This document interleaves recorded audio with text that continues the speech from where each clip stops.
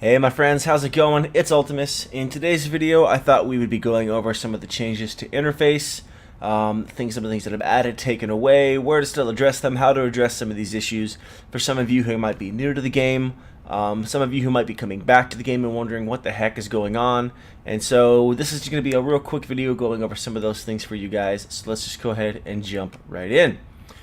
Some of you might have noticed as you came back to World of Warcraft or have loaded things up since the pre-patch that there are two really big things going on your characters just from the get-go. Most of you probably have your character being highlighted. You see a little circle around him and potentially even the outline of your character done. And there's probably a annoying little health and resource bar here in the center. I haven't really talked to anybody or found anybody that finds it to be very, very useful or helpful. I personally find them both very, very annoying. I've already, especially just being an experienced player, I don't really have any trouble keeping track of my character, and I'm able to see, again, with where my nameplates are, both myself, my target, and of course my focus target, and all my combat and text and everything scrolling through the center here. I don't find that I need anything in the center. So I'm going to show you how to toggle those on and off. The first one is first here under display. We're going to be addressing the circle that sits underneath your character and even the highlighting. You can actually adjust those here under the display section, and you're going to find raid self highlight. Of course, circle outline are off. Again, I prefer to just have everything off. Again, that's not something that I really enjoy, don't find that I need, but again, if that's your jam and you like it, hey, awesome. But again, my thing is, of course, I just don't find that I need it.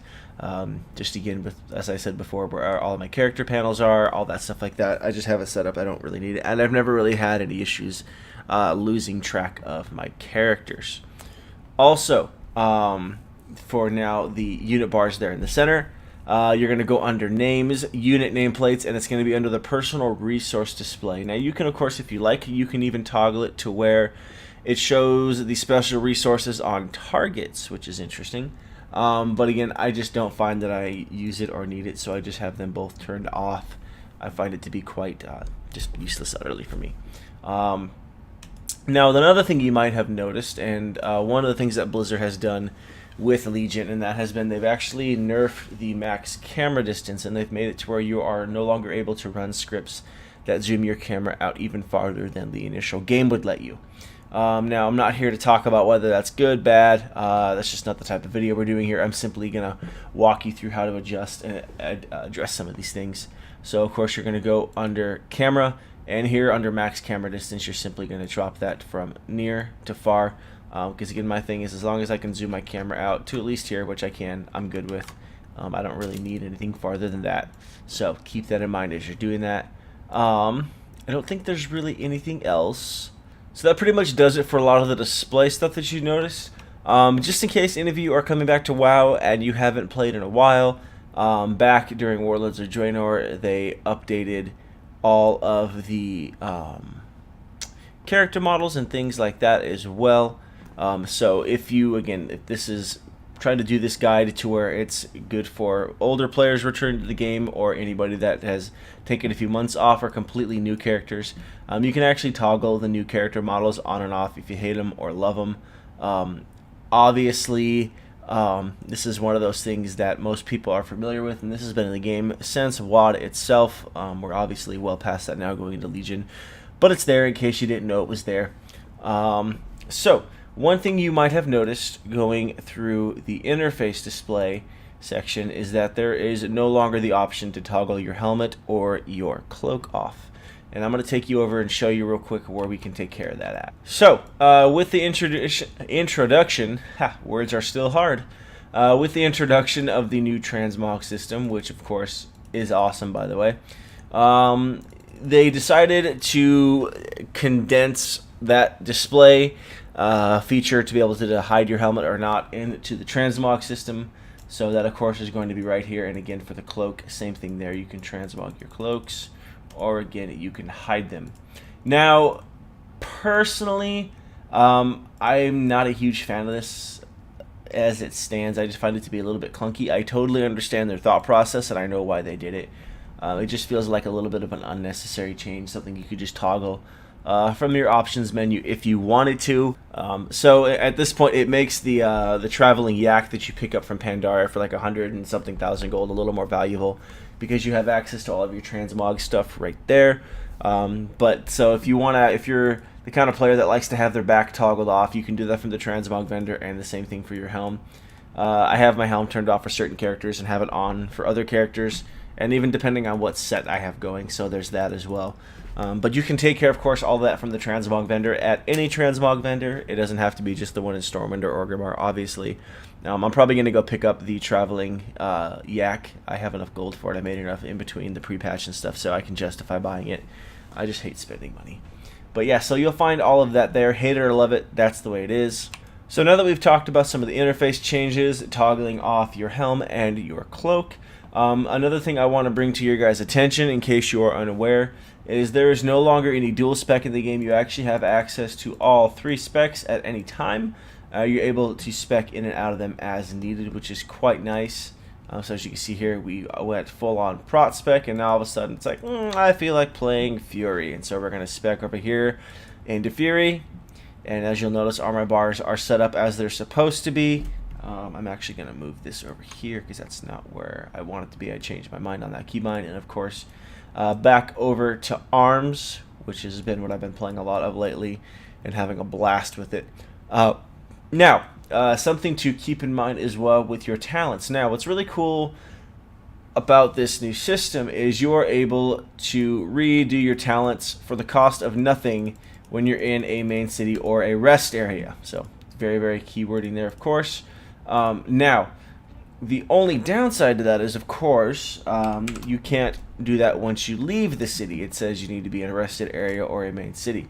So how you're going to address that, of course, is now to give inscriptionists, scribes, a little bit of work, since glyphs are pretty much done, except for minor glyphs and things like that affect the way your spells look. And you do cast those on your spells. We'll talk about that in just a little bit. But you're able to buy the Tomes of Clear Mind from the auction house or from a scribe, or of course make them if you have a scribe, and that's how you're able to redo your talents when you're out in the world adventuring around, so you don't have to just go back to a city every time you want to do it. Let's check out the auction house real quick, guys, and show you how that's all done real quick. So as you can see here on the auction house, we have the Tome of the Clear Mind.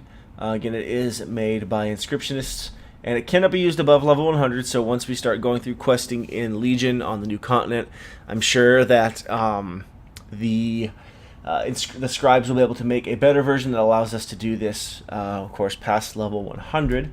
But these are going for roughly 35 gold on here, so it's a little bit pricey for sure. They are new, but do keep that in mind. Hang on to a couple if you want.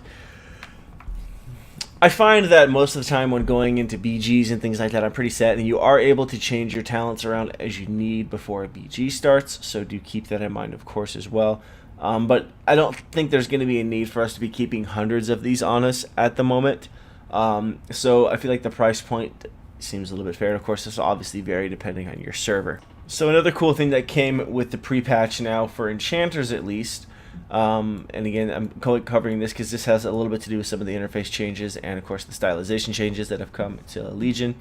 That is the tombs that enchanters can make. Now, with the new transmog system that came into play, you are able to basically transmog enchants as well, but it doesn't do enough to just have the enchant on your weapon. You have to get these tomes that enchanters can make, and they are expansion specific. So if you get the ones of Pandaria, you'll get the appearances of Windsong, Elemental Force, and Breath of Yulon. Now if you pick up the ones of Cataclysm, of course, you'll get Windwalk, Heartsong, and Light of the Earth Warder, which is kind of nifty. We have the Pandaria one again down there. Tomb of Illusions. So you get some of the better ones here from the Shadow Pan, in Pandaria. So you're going to get River Song and Dancing Steel, which is quite fancy. And then the Tomb of Illusions. Elemental Lord. So we're getting Avalanche, Landslide, and Elemental Slayer. Of course, the ones for Northrend, same thing there. And it goes on and on and on. Outland, and then of course there's the one of Azeroth, which is for all of the old school enchants. So keep that in mind. They're not too expensive considering what you get from it, but of course if you don't have a lot of gold laying around, then it can be obviously an issue. So that pretty much does it for this video, guys. Just some of the small stuff I wanted to go over that affects, of course, quality of game, quality of life stuff, whether it's good or bad, where to adjust that, how to fix it, of course, where to get some of these small things. Obviously, some are just fun visuals for game, and some obviously affect the way we see the game, and of course, interface changes, all that kind of stuff. I do hope this video was helpful if you didn't already know. If you are coming back to World of Warcraft after a few months to even maybe a couple years hiatus, I do say welcome back to the game. I hope you're having a blast with it. If you're specifically coming back for Legion after taking a break in WoD, the wait is finally over.